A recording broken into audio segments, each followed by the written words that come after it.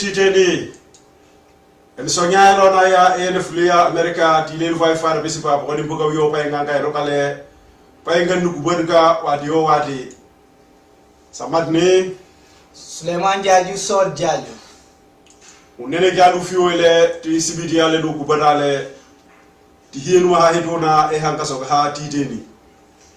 ngano ke jan alu kalon ano andi jajo ni fini o e masi kalon teman pige fo patila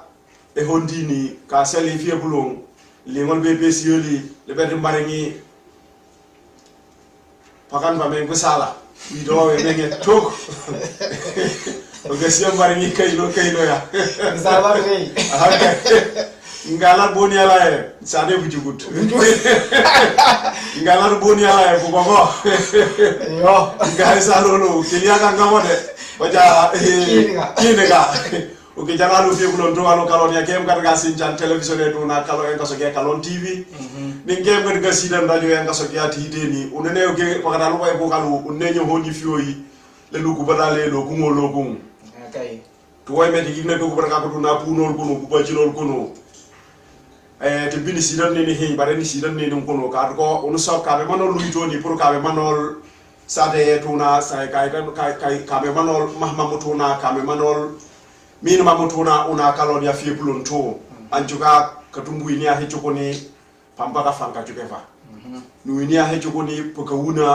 pokawuni ke karanga falongo ka fati hinu television ye etuna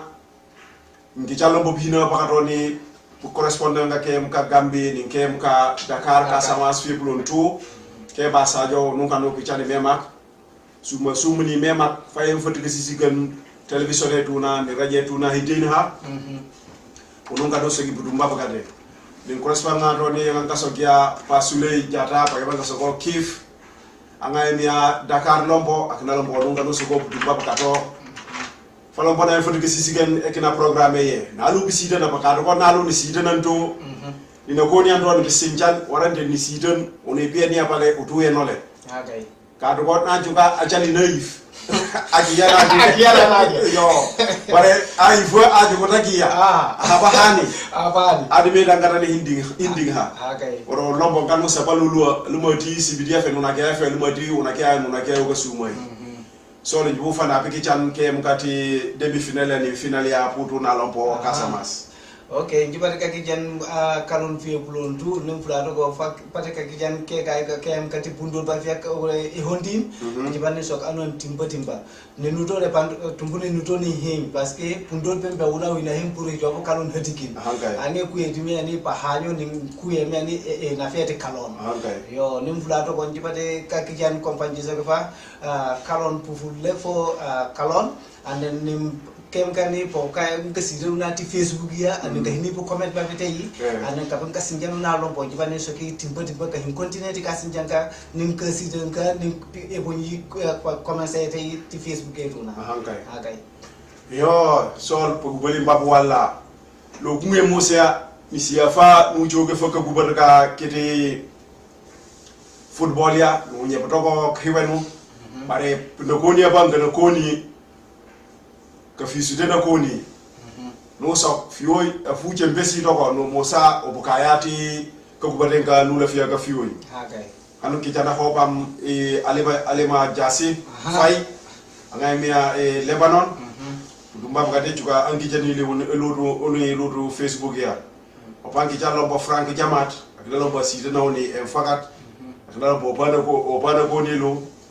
na lo bo kijani una na sokona pe himbabe panu ma batembo sum ni fano ma fati hinu kata wadi nuge ya obeniale ubugubera nin kalon football ya samani fa nukuba defa lo kunge mo sia ta kata lompo pakano ni pa ngano em tibahin pa ngalo ke kubi pamilo le toko okay fiyo no ngolo fiye correspondant ngato ne ngai Dakar hinum kata mbana koni ab kamano na football ya fade bare unu fu ne kani correspondant ngato na ngai Gambia pamilo le mbara mbona daga digo kuba de ngano kuba de lo kunge mo sia fula to ni ma correspondant ngato ni ati Dakar peso toka na koni o lombo fu kamana lo he hanuta ke siuti football e mosia hokan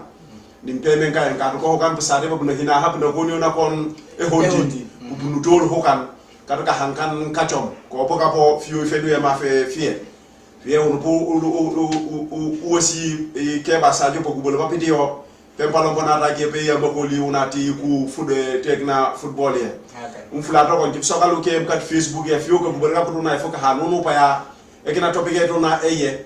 njifu Facebook ya nyohoni quarter in 15 minutes time takata pa kampa nganji nyange interview ke na ke company emle America na pana bema kuna fi plon du ka du sidana parce que pe himbe mbanga himba poro ona ke ma ka tini ka woluma oto na pana mema muna hoka ku pa programme e ko hokyo lamma ninje fudo ko ni ko ronke at quarter after 1 which means ni wana way mo sa ni no programme e pa la ma within 15 minutes njifu hok pour bi recorder ko tangue pour recording e katembe e katinol ko dalo kem kat Facebook ya data ka time e manji ma connect la man ni honi ko tangue njifu hin yolo bo Facebook live pour que ni ka siten e apanga luka ka kubat e hemena ka kai hisoko yo njipinga se e keba ko kubola video pour una fiblo ndunu siapo no na keba hemenda ke ba ci pour ga ba ci non ni kalon iteni ndiki janalu kunyahanu ko ma ko la umeni ampo ke sumai suma kaw yo wala bisiba henje ning bulli agna fiyo de la ba sol henje ni entire itenia executive day ni pihina lapa ni angeti ke project jana afagi do okay luki 2018 yo gimai daga kunong awi ni sak ko hoiti okay lebih unakalo kadu kubada fioi topige tune fioi yang dilebih tade mbu kubada unona kunu kenem witi football ya kalau tekinti etilia alo jamaat wasok tumando bado injangi kubia devi unola kunu ke buka kimengamen kilenga kimengamen ti kaya football ya tinulonai mchini ke bati pemirolan timpatukan kue piudo wasikide hinji wadi kintoge hinumabe football eti kalon yengi nopna dama kagrin eti tu 82 okay hintoge kayo tinulonai football ya Roma de Toronto e saluto e hundil la mandela fo 84 et il faut nti joge na ko e saluto yo saluto ma ni woni ngini na ko e saluto na mboro na xam famamo awne ngini na ko nti jot ko e saluto ku football e ko so ma dar ne ni organize e ko ke saluto ke ngape combo unu you say pone me to combo na topi financial ya mata na ni yo mema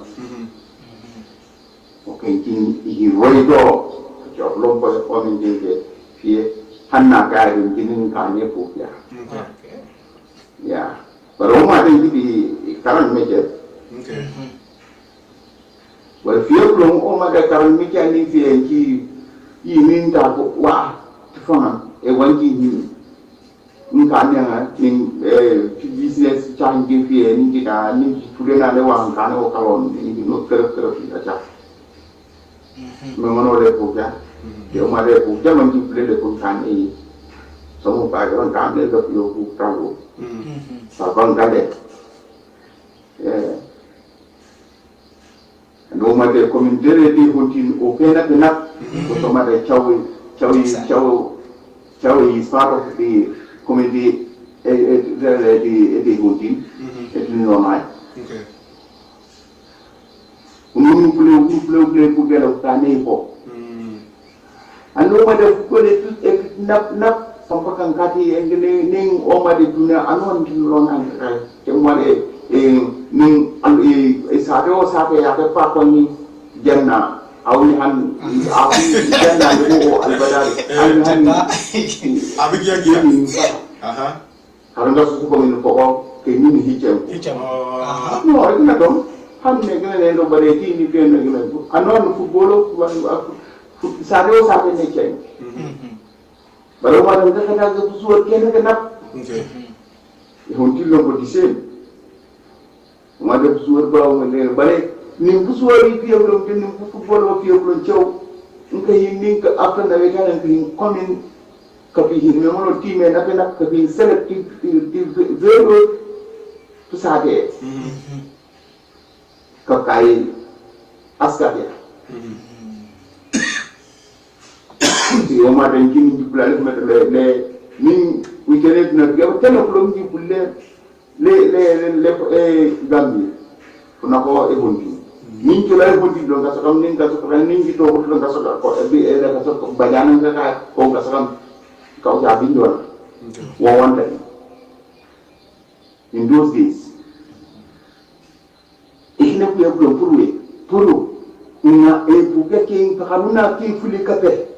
ki fuli kat lona ka ki gambi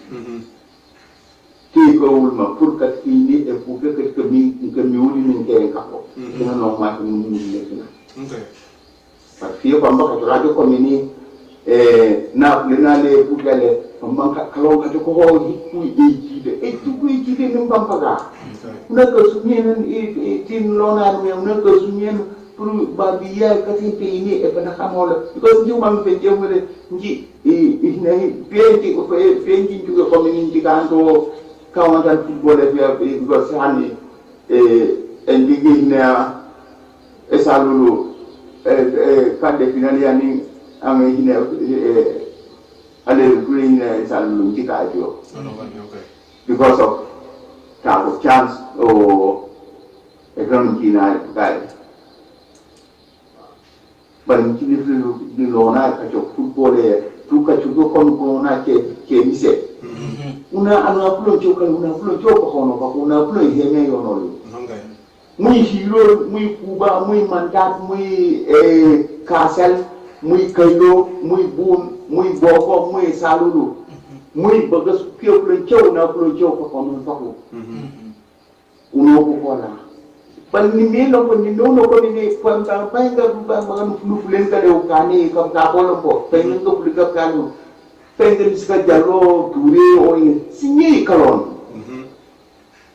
alona ko kanon alona animal mo ti SUC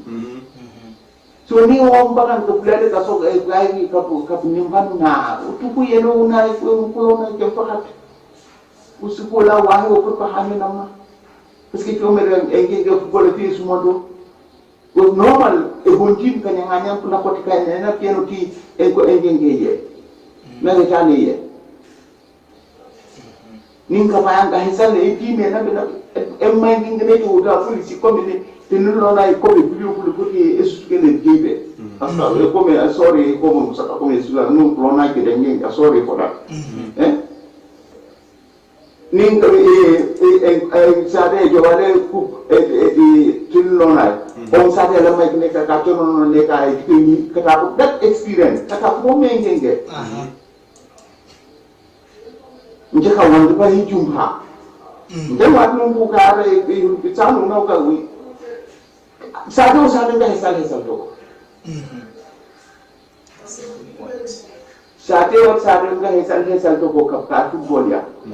muy abenne o mede absel ci time da benne ni hesal fa esalu ko you know e genge esalu fa ka fa kan sa ko nga hesal bi time de salu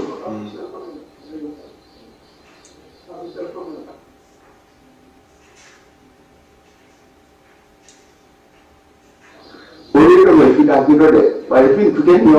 nampak kita ni kasi sila na nangying kakaya sa ko.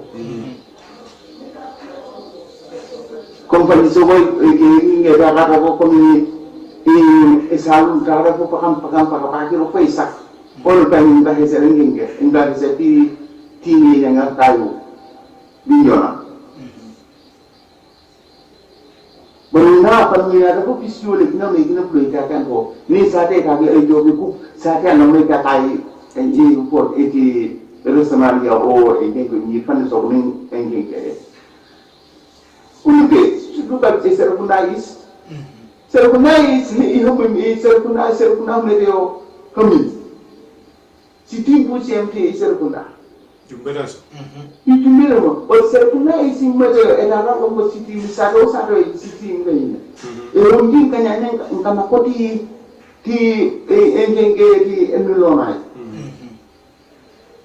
Ning sado ko mini mungkin ni kata siti sekali fine. Kabila piento ko. So dan nung pagkakita niya di register. Kabila kita di register. Ning footballer ba aming ke joga kopya. Den na kaya no kapisa ti poko pe ke na ke joga kopya. Nga joga hesan ti ke biti ba sare ba kap nang ti ke joga kopya kap kai ko tinga no ba kan engke. Ada di joga le oke no da ka nga ni ne. Nga mi komite ti e honti le kine no podi. Bar komite te honti ne ga go sate no amane ka. Ini fioplo ke siulet. Kemudian kalau untuk ulianya numero ulianya kono paku useula space piana apa kono mian una projo karo. Hijoku wahu ne roko. Foka ikamayo lama ni bidu ni. Njan esalu inji fine to kantu pahali kubia exactly program be fioplo. But here is surprise. The invitation I think if you're playing in if you're playing, all this service to lots of political. Say keys, Nimbani. Because in Cuba, the thing of Nimban engine. So I don't get payment time. Boom, payment time. Kailo payment time. Walk, payment time. Hero, payment time. Mandat payment time. Then mandat ini hin understand ko ni pokolo ka joko. Et junior. Kase payment time. Kacakal.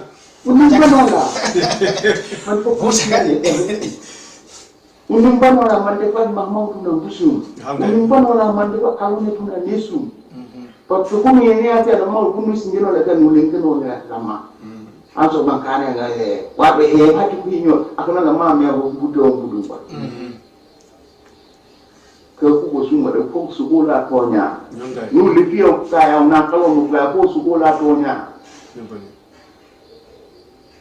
Nu sekolah tuanya tu ini apa hati. Yo keba baraka mema budumba kati fayem fa tipe hinne noni nim fayem fa ka ba jinol pa milo lale nin kalon. Wa de be kay keba kilimenta na soga pulon tu ingi soga bi ngo play fa jak papa half programme ya half de yo efeba woto njeba sogo baraka almari budumba kato almari bi fiano po hinne noni elo almari anam hat hinges almoti keba ta ko keba ni si habeyo e foma fo be ma pour kame manol una kalon woto nin keba kuba una fiblo unyamo nyanka sidan keba ala filafi upi hinayu na ina kalon upi ni apa kono pako asidan fana so fate pa hanyo pite kopete salolo si sa de susubag la masekai si bija sinimpani to ko wallat pu chokol pa putuna kalon pume andum kake jaki sade o sade em tinulo nay bare aso tibogo bala bri aso kuba pogombo ke sugula makakae epichaka nimpani ti pahanyo papitei sanyi pakame fuka so pahanyo papitei busuma su na beta ga fio program kulli warande e marias pampaga kakiyo sate ya la malawe sa la pokola makaye mutoko tisu ay ma fo gugu yoku tigidem wallahi afaga program tisumi orona kalon unyanga ning ana itanyo e ko ngana bitubi yo petu na so kuna likeni ni mpanam ni kaitan han an onol o poka subak fonu hina fa salu ngoti ideni hale hikina isuwan isuwene dala hifeine dala fonu hina fa salu ngoti yo kachomia fioi esalulu kaneta di finalio ke sade opia to fiet sade ya ye meke ke kaka fio football yo ba ku bana jemeni dogo boko kakai ni boko kachoba kopia esalulu ngatoka la pokoli fi hep te fangi ka ke yod lo boka ni mbani e fasumi yo e mandinga sok choy no boka side on bare utahado ko kuno kada bise ba sok ni alona taka program unimpani njeba juge I correspondant ato ni anga ata Dakar na hini amle hai njebi ongalo sinjama na inadena ko ni te computer ni ma fa na ko ni te telefonia na kamani una football ya pumene abe zakoli njaba ngichani fi filombo na ko ni loti Facebook ya podcast njana njebi ongal correspondant ato ni anga ina Dakar sitan man aina tena ko ni te computer ni ma fi no ta ko ti telefonia ka na kubiuna football mi hontin pumene fi tipo gayo hagay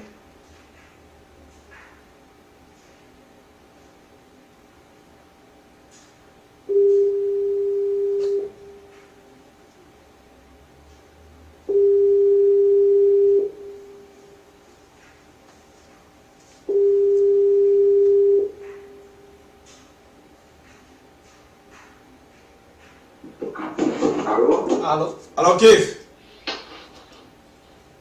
Oi, halo bisa. Naam.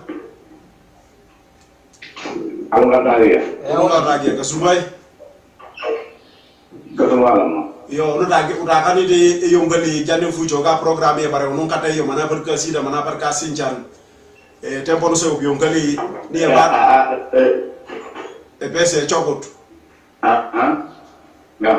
Ni be pese chokot ka mani woni football na ko ni ya fi hontin ko me.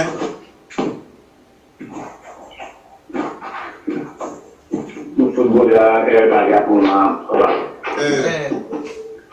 Genge bebe briller bebe ngam sonele. Yo flu ne lo ne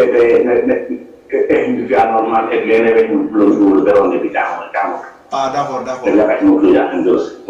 Yo. Okay. Dia bukan demi-final ya. Demi-final ya di Bujomba kade. Kade ya yang pasalan tuh ada bukan yang kesudah. Bukan yang kesudah. Ke siul nggak bawol ning bawa. Nggak kayak ini ono fokan bagi lambang sini. Ini yang ini orang nggak tirobi nggak ada kalau siul nggak ingat sebelum bohong karena kan satu di kamus. Kayak bawa ini final. Oke. Kayak bawa ini final. Kade ya. Yo sebelumnya ini Kuba ni ngabene. Itu jadi kayak belum pada kayak belum dia janggus di biung. D'accord, oke.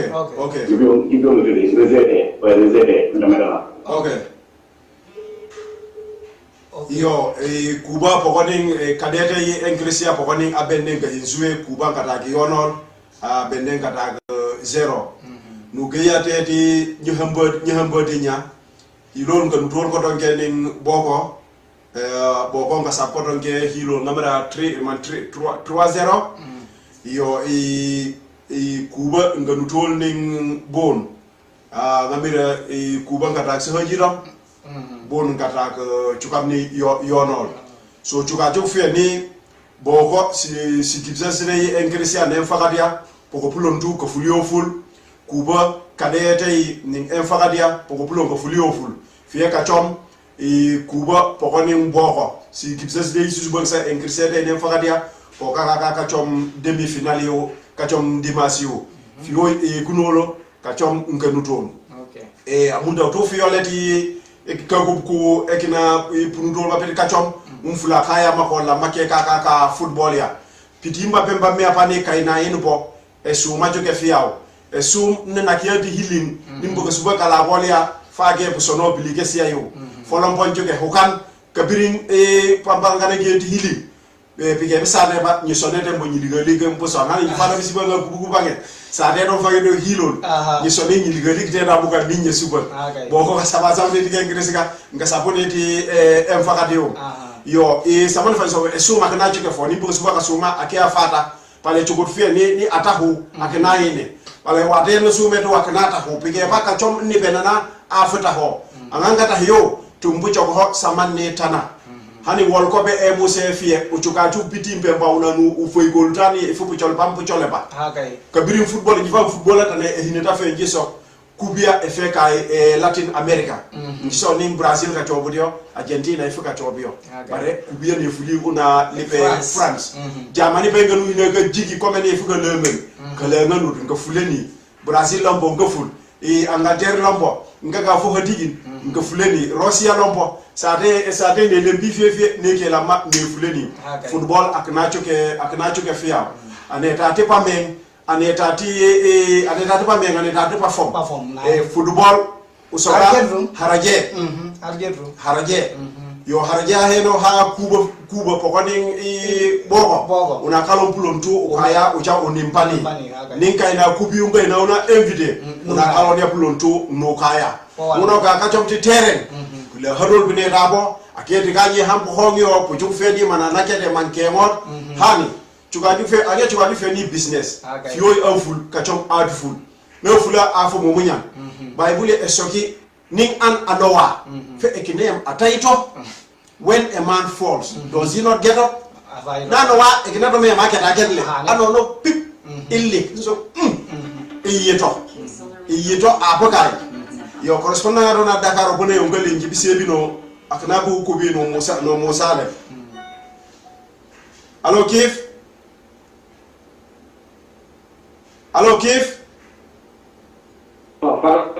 Naam Pero india pamrika alo sorry alo kaboro man kaboro di ole fioi aga teramba udini ne jojo teramba aga teramba agne gelo ko fa fioi pakatele ay ka jogam kagai ceremony Pulabuni, okay, yang mana di Februari di theater wajibnya aja lagi naik ke dinaru di raja lama, sebelum sibir lagi. Enggak problem dong. Yo sama nih mungkin orang hemu zaning sibir sebagai senior kalifié. Kata ya, dia nggak kayu, kan mpujamba premier area. Kuba nih abene nggak ini, abene Kuba ngaragu no abene ngaragu wa Kuba sudah ini kalifié final pour Kadea no gaite subenia toujours Kadea e buka ke sekarang kan ko jamana ba irol numbo no mem ke no yo pale ngala di satu hal penalti ya to sem kalau pada ngana kan sebagai irol susubuk via pour Kadea boho kan premier boho sebagai final pokoknya Kuba di Erebukia yo nuke yang gini muka persengoren hanggodunya kaya di doni berapa digin hilol numbo kanene memle boko kata hilol sedejin hilol karaburwa mama ini nakara boko kan sedejin hilol karaburwa noga subenya yeno kuba numbun kuba ngasab bun sedejin bun karaburwa wala de pagasi pokok pagasi buya que daga qualifié via senhor ya boko nin Cuba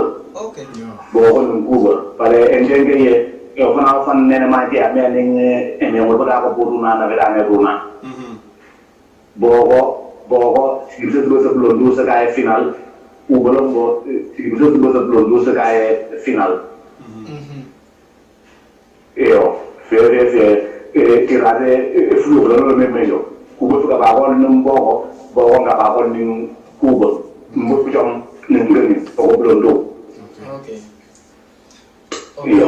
yo chief ununga no sagi bu mbab ga deme makte koy fay sene fa nini ya une ka prehine couper mbo ka no dogo no mos jiso football ya le ko bubade yo no baba kay kalum bamba ka chom ka kaya ti terenya nga chogol pa nga bidim ekipa pemba me apani pikina bihindi ganye ande ganye hambu hongyo iso ni samane la generation ba bidi yongali fio ekinem la bibuli ane sokala ni anowa ekinato me ni anowa fo aiti andoba na ito so bidimba pemba me apani kayinge pucholo bambul bi ne ba hame no ano bare pinyanga nyampi to mbi récupérer pour ka chom mbini kotonge pour ka dije ka hin jouer bare ngaja ju na soka fiyo nji dia fiyo ka don so bu ka e hontin inga bu jol nyafram fu golon no nyo honi bu son pike no ka don wallahi di jol sidile ke men jiti jol e hontin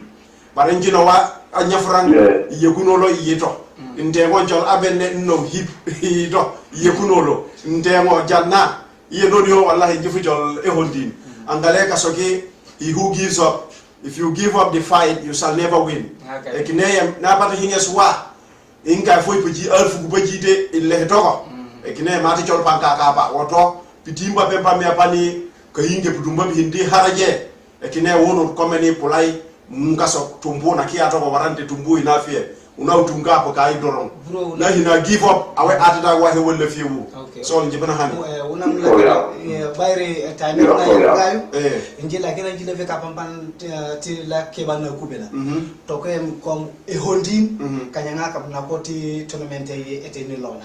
parce que wo men ci lom poti fa ino to ko supporter parce que e hondi sate en fakat alen fiyo una ti lona retuna e hondi ne kenen capital retuna because ni e hondi hani sitting pumen katake ni kam e fola ni sitting so sitting kalon una blo luginati kuyono mfu dogo lugina selection eti hilona te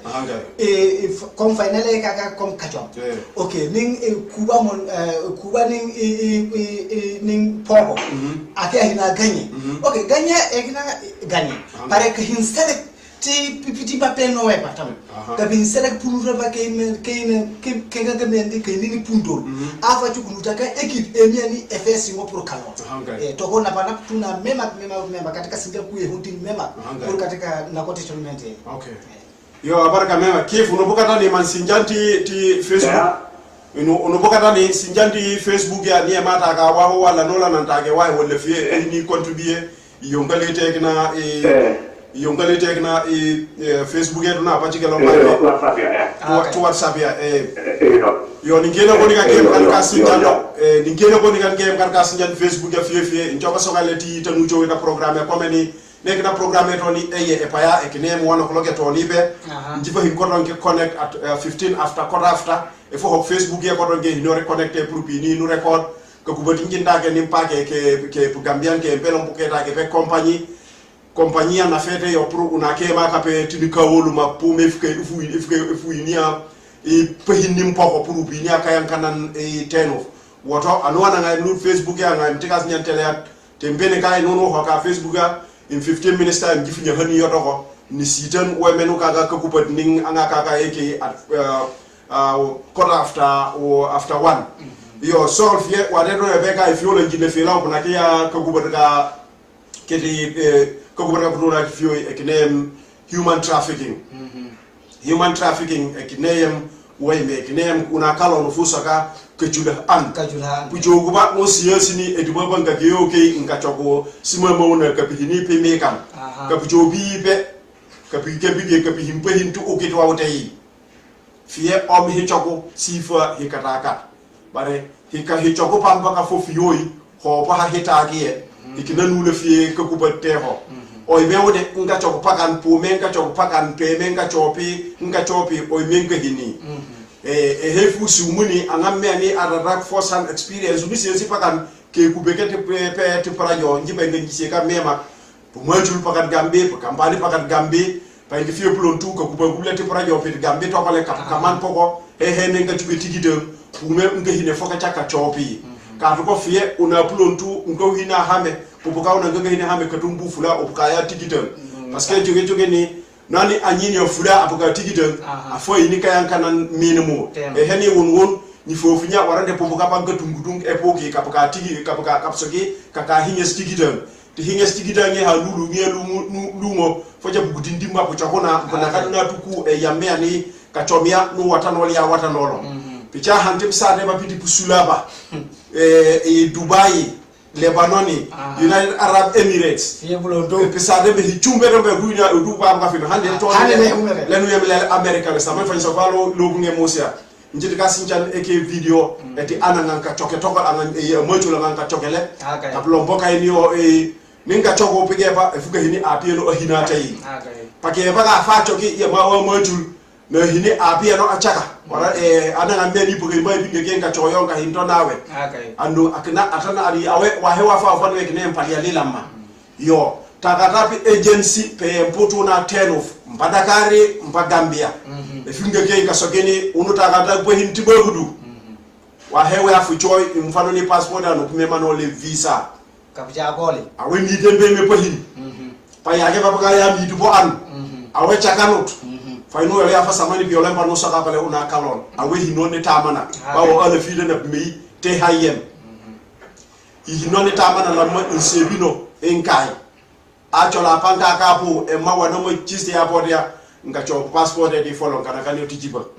ngacho bi ngachaka inani te kompa ka do passport e ngacho ba e drum e kinem ko to ka gidi pour pietu pom fulipu adne ta ga kote adne ni pietu ngacho bu ko hini amikan warande ga hini ku yebe blondu e yenci sokeye awena ketu gutindi nge mene tini fako ata bo telephone minna awe pe hin ka birim pu chome may no birim pu chom fofo boko tay fuka hindo mam min wi nga hindo man 1 heure e hindo ka jom kay de 6 heures awela afole fidin tigini pido ap me manoli e choma e rifi plon to pour wayme oy mew hine una jar una kalon pour katuna kana epo ko na warande epo ko na waymewne nkana ko tuku e yafi andu choya e fomando son ni bina han bro unam chahingi yo nji chugamne eknafie plontu hamelu emeni ete kakao hankai pare kakao ke ngita hukunu me Afrika egna bani baski wanyona utakuta hankai pare utakuta nyawonya tumbuna wana minyimuna hankai anu anyini lombo nagna so kane kakao ani apimi ama ko hicho wo mena ke pukai fo atakata visa ba fo ataku visa okay na ta ku passport po pare abu cho abu mfano abu kai fiao nyawo because na akina aga pukai amunda ko kano man famo na kai in the west our civil it ni tako o me ona because ning penga nika ka chop nika come from stoke fati airport ifika chop passport papte ano nika chop hapo ngano mani tipaka tikeme nika tata kumani kemeni ngati ngeso paka kapi hinim binda kapi mbinda eknem eti joya parce que ninji nomu fana fonsuma fonya ngebinu apo kawo sumi o sumuti wo anu ava juga wanya ava miroli pushon nditi wo menki nakane fanga parce que wo memone because nenya nga tagi bako me kamera ni mputumba pake banga kaka fo sinini fala kasi payan kama wemme pechiti puhim ni kamiru anu kamiru dum acha saja simu ko an so kaduta hakulu na mema anyini ni mane ata ini ta ku visa sin eke fere emeni tumbanda ko tukuyemeni ahuminese kibaru tishuni konfasa ko yale tuna ya Italy ya Morocco payanto surtout kusate bapiti Arabia jahe ngini Europe mfisa pare Arab wallahi anwala ngaso kini man Kuwait naye waranda kusate bapiti hadi lumuri sana kulonju uhadoko so itahukulu mema surtout piti bapiti etamana yo pikina tempo because natural Libya toko franga puji bambuju parce que toko franga ujukaju kapunka normal franga pakam fiatika comme Marseille parce que won kame bezi ni etama ngeki so na to ka for na ta ka $4 $400 $300 nga saki fa nga sinjan anga ya man nga fan america ka pum fano na kina kaya na hino kwemi ni pake ba kali kesbo nga na kana na kan tete usoga kwa zinti ga ka kulo egine woni awe abule fi esa eyi nga mi na shake tak fi awon ga ni teta nga so nga no mi nga so gi fi anu na nga kei aha abujiya fi awe ni puduma bina afakalo na eta no ha aho mi na mirola na juga paki paki ninga so ni kabini mani kije fe hin piu parce que e de hada ga tankai pankai ni anga hina experience paka ayin atana na hangai so lu ita hukunu mema kipena han yo so bombani la kena so ke komeni nini ne payam hono njille fie ke bojinol ning kalon kada joka pane ni ya ko lolo patoko kif busoni obanso gine magre kif oui kapitaba busoni obatage bruit ja hinging pusona ma yeah okay ku kapa eniye ka milolo patoko bare hono lo bonji sieti amaju la ngane kakaman ngai ne po hin man Dubai man United Arab Emirates henase ke komeni akna pike bankalia anganga to wania akna na job apile parce que asula chokodona ane pana ni ai ane fakat so pogo pulole bare hi chumbi ka chokodona ane pana wa we fakat so ka chona ndo ka pie no na ke pana katita pulo yonol opulia ninka me manola na kame manoli palia maplay pena bubunka no tabula ne ka wala pakate inkali angan ka towani o aknanga chupi nka ofani fie awem enetei awem manina tei bare te pali alpo awe enetei wallahi parce que awen ka ofane funtangete inka towani funtang mane fibisi efesi tamune mane tesi tamuno bi awe hide hawo asa kane manaito minas ka birim buchom you know no for na hine no to inyaya abe papaya abuka abe ka buful akana alombo impirika buful abe sade ya ami fola pana ile pokayo apitete abna kona ko sate ya poka ka dron way me utuni hefie pulom wallahi kuna ne sulaifa la sokela nin ana ni ya hitopo ani ta hehina pan sokoni ya nyina mangu pana ke poka njide filefi kati ni ka kubneo avi hile sinye sumi ne le fia bumeka wa wehina soko tulu uchopa ka hitenge police ubijo hina ko sinye na kana soko meni toko chango e pokuna penga ka pour busula pa hinges sumutle fi saka fala puka Europe warande ne koni America anyanga majula nganji so ga fele to fale America le akine nyati yo drog nalan putumba bi nyati yo nyaya na no nasubo om fala to om paf to mapuko fala fi na no ning asubola mu nyaye putumba mbochopo kamati droge ya papa na jopi hindon chinyi cha chikina sitil na suwa nsusubo chinyi janjiogi nchitei joka angabeso chinyi janjio nchitei fiena te apna kot sade akna fala ti lekol to engenge college university na tay apna kot sade ya na chay no par lekol eteo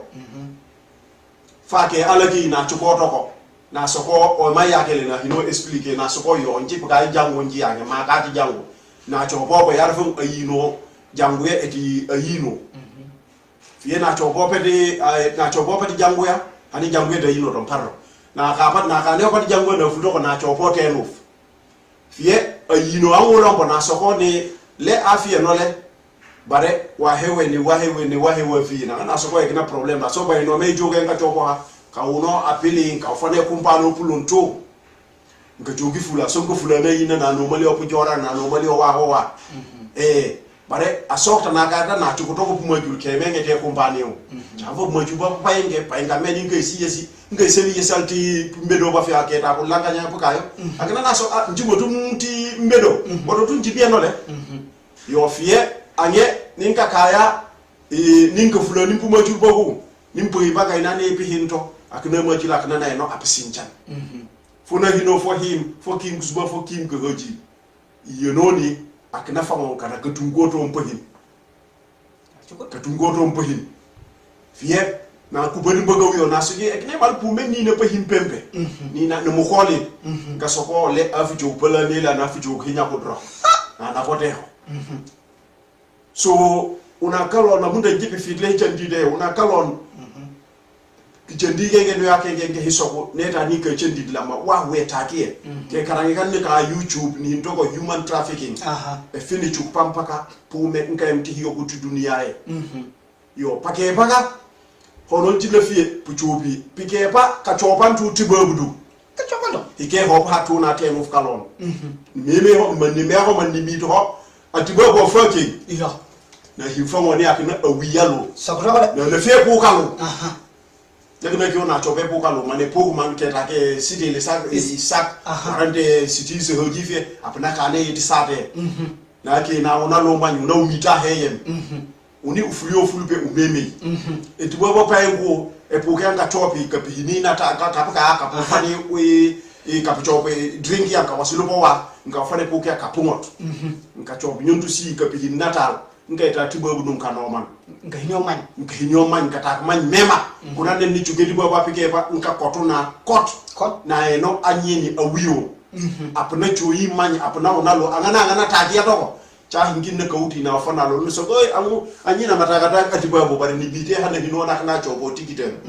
so kano manenke tikitan sate yala matom inge tibo la matom ingem ko boka teno potuna so ni ataga atibo bo angale fi anyini mema panopa na ile poka na pan ahambodi na apaka tebna mi parce que nga kege ka pinga himpu wa hewan ka sokwa pornography pinga ken kano mano tibabudu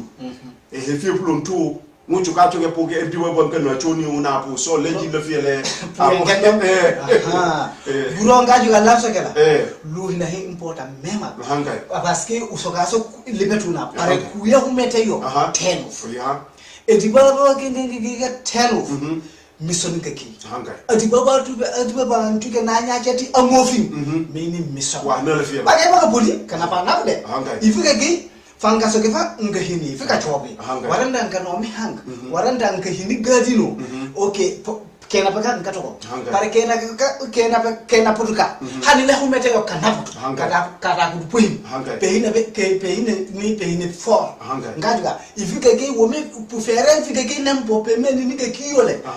man ifika na koti ti drugs mana ifika ge nga chop on pena ka puno man po parce que le nata ga bluefi ai ni takte yo man ngajuga yo pake baka lompo ifika ge pogo iti babam kanom hang ninga no ma hang afi life eti pulum pinto ni minyi yo ngajuga pinto ba ni minyi meme conference kifa ifika ge ni anyati ti anu feti papa ni nyeti ngaso kida anyalo antila fiore paris still bumena atake city akina ahinukia ni area over 8 or women hani akina minimal na hinto nei afaka nei 10 ngaino to kufu hadant alu civil service nyese itinimi anyeona hapa pale tiba batayo pale tiba batayo parce que alu ne na to nei so akina interested avoid na kadani alu nimfia nga buchi ta kuteni ta kuto so lefe plondu nyanga ita hokunu na etiba ba kembe ni katata kankuko alu ipume pokoni kataka kanka putuna fensa ite ipume neno patila admi hem lupo agaim lok farenken ngajuga chonga katani authorities abukai para ni una anyat alon ataka po engenge ngaga ba family alon ki pare adigwa ko hanko korasi uina korasi mema blume ya minyuna tipaka nunya ngai kamfan kete tumbe hun nu uchire na minyuna anyanga mpuke for hino horma anyanga mpuke for le fiu pare le fiu lompo mema me tumpu na tumpu hino tora parce que tora nagna ki chakano kata ngenge kinaitu na importa mema so nje ta warene velange angana fiu yongeli pour amba bo jinol famiro la lole on ka ta ke 8 minutes ya yongal e menga so operation na dona Dakar ak nangam le pelon Portugal sitane han waga fe kagu ak na lomba ne fi do ko pa milo la lo tek na programme ya nji fara bisiba ni William Suleiman Jaju Sol Sule Jaju unema lute jo bi programme ya lenga so le Kalon TV ni nti radio to lenga so ya tide ni fi wo him hay September hitaga kuno ngaswan ngapagi warante to ngaswan ngapagi ni sa ngapagi lakini September 29 2018 allo français ne soko septembre le 29 2018 ana fa le fi yongali no beto ni le eknem 608 770 5697 to WhatsApp ya nata ka pa milola lombo warande le fi kapena le ki jiti Facebook ya warande ne koni le pambo bulo mbajino lombo pa milola le njibe ngal sulei akna lombo apu lombo soge hana milola le ko barga bruna fuko pale bara samani fan so faro alukem kat Facebook ya kasinjan in 15 minutes in 1 o'clock so gabe after 15 minutes njif ñu honi le kawta gale ko kubad ni eke company on ke ma gati gidam nuno si dina programme ye ve nuna na fame ma kif la fala siba mana ina no focus si la no em la ko ku me kanade hani choko pamba ka fia bisik biget penti babu do ni teno ko tuna ni ma ta gara ko ga si ni ma ta gara ko si den onu ndio hilim ha puta we alo ba ko so ko ma milo le to yo sanga be au sidana women na boni du na e hini kana le hawo ona ka so kuna jo ba hini kana le fulo dunia e ko brin 1848 ti te ka ida ka masa ba mo ya ni ona di Afrika affaire pas ba ko kem ka do ke de respecter droit de l'homme comme human rights ko kati hinombo manya donc ingi le fait ne boni fanfan pakai me inga kai fo kai no pakan penkan kano mane fo kai no pakan mi kana emission ye ulula kulul jandus ne di hina haya e fale samde do kan la mitel la ubila la invité Michel ka ulula kulul ona an fiefi aw ke hanga fam pamen tibu mo jul baka mana sa do halo ba agence umbravo imbieno hinu recul de hineso kan ke bukai pein puri Muhammad ba Arab ba pakai men kana ka ro ngana ko ka kinja wala nga sama ne jani fuli hilo biara manje me te mo jungule inge Dakar ñu so pein tawo qualification kada mo mejo kada mo le ko le na be nga so kam o may no pein ñu so di wo no fanam ji no pein paenge panga mai kan kada ko mejo kada mo pengu ka kai nggak jauh ada sebab nu jodoh kalau fonga ini si jodoh kasokan ini nu jodoh Marok walau nu jodoh lebih afjaino asusa boleh lama wala afjaino acoka anyi lama nggak tahu kami behin beri kumbang pada nggak tahu kami behin beri lampa nah cola apa tempo cungga bini hewane angkai dengan mulut pakaduna pakahopuna